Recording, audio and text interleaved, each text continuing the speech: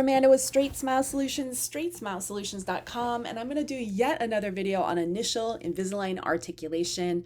Please, please, please be capturing bite marks. I'm not talking about screenshots from the iTero. I'm talking about getting out your articulating paper, old school tap, tap, grind, grind, snap photos, snap intraoral photos. Please do this on every single refinement case, every single initial case. Why? Because that's the first thing I check when I get an Invisalign case back. I open it up, I check the photos. Did we start out with good, what seems logical initial articulation? And does it match the photos? I would say 30 to 40% of the time, Invisalign gets it wrong. My personal opinion, my personal experience. But if you don't have those photos with the bite marks, you cannot have the articulation reset. If you don't get it right because they got it wrong, because you didn't take the right records, that's on you. And you know what? You will get a funky outcome. It'll be canted, things won't be predictable. And that is probably the top 3 reasons an Invisalign case doesn't go right and needs refinements, is because you did something wrong, because you didn't take the right records. And Invisalign just did their best with what they were given. If you don't tell them something isn't right, they're not going to fix it because they don't know, if that makes sense. And it's even more of a problem with refinements because the bite can be a little bit funky and sometimes it can be shifty. So you have to make sure you get it right.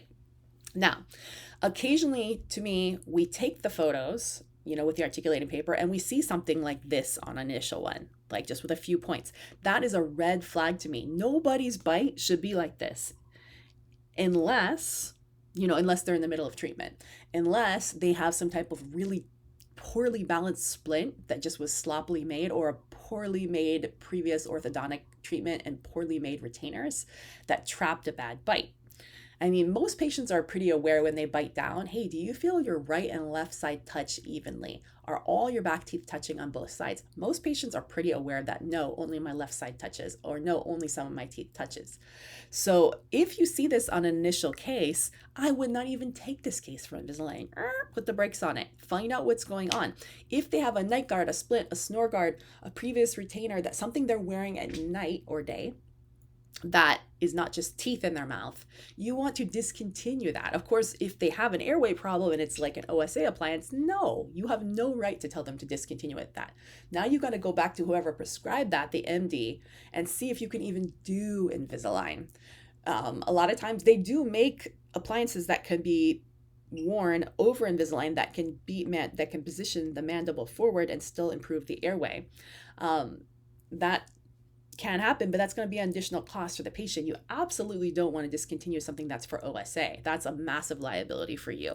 But too many people are rushing into their cases without thinking this is a problem.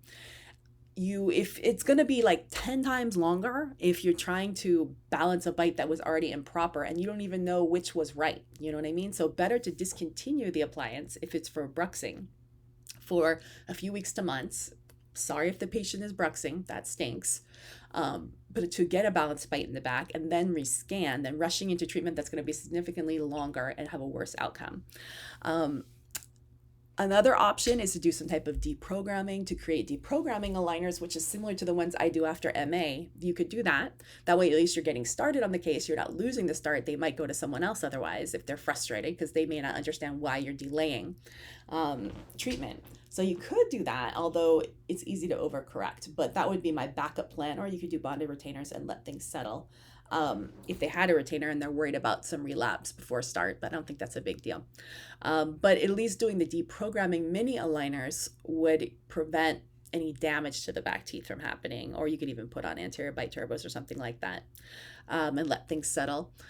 But anyways, that's the main thing I want you to double check. If you see a funky initial bite and it actually is correct and you verified it in the photos, it should be a massive red flag to you. It could also be pathology, it could be condyle resorption, it could be a lot of stuff. It may not be that they had an appliance, and if so, you definitely aren't taking this as a case. You're referring this patient out for a consult for TMJ, or taking a CBCT and having it read for pathology. You could potentially save a life just by doing this step and seeing something and not just rushing into your orthodontic treatment. So hopefully that's helpful. This is much less of an issue in braces than it is in aligners, by the way. All right, thank you.